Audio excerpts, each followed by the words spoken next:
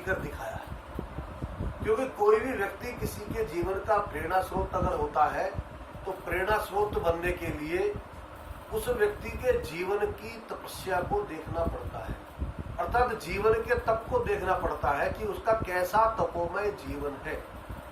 तो ये जो तपोमय जीवन होता है वो ही तपोमय जीवन लोगों को प्रेरणा देता है, जिसके कारण से लोग उसके जीवन को देख करके अपने जीवन में धारण करने का प्रयास करते हैं और फिर उसी प्रकार से अपने जीवन को जीने की भी प्रयास करते हैं।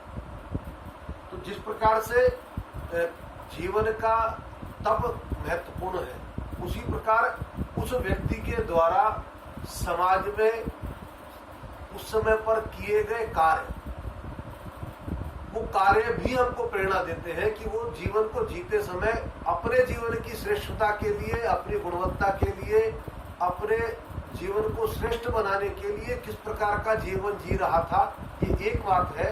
और उस जीवन को जीते हुए समाज के लिए और राष्ट्र के लिए क्या कर रहा था, ये दूसरी बात है। ये दोनों चीजें मिलकर के जब व्यक्ति देखता है तो उसको पता लगता है कि मुझको उसके जीवन से क्या प्रेरणा लेनी चाहिए। उसके व्यक्ति के जीवन में जो चुनौतियां आती हैं, उन चुनौतियों को वो किस प्रकार से सामना करता है, वो देखने का महत्व।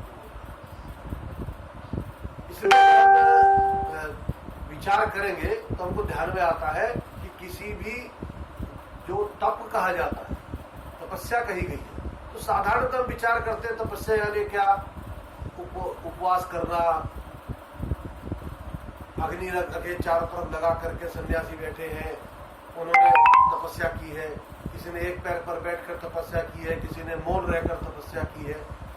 तो हमको तपस्या के शब्द के बोलते ही हमें इस प्रकार की एक तपस्या ध्यान में आती है। लेकिन तपस्या का अर्थ केवल यहीं तक नहीं है। तपस्या का अर्थ है अपने जीवन को तपाना। अपने जीवन को तपाने के लिए अपने जीवन पर अंकुश लगाना, अपने उन सारे कार्यों पर अंकुश लगाना जिस प्रकार के अंकुश के माध्यम से हम अपने जीवन को अनुशासित कर सकते हैं।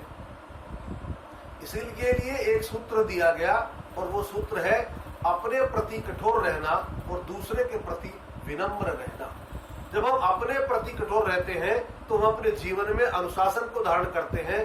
जब हम दूसरों के प्रति हम विनम्र होते हैं तो दूसरे को हम अपने साथ जोड़कर उसके जीवन को प्रेरणा देने का काम करते हैं।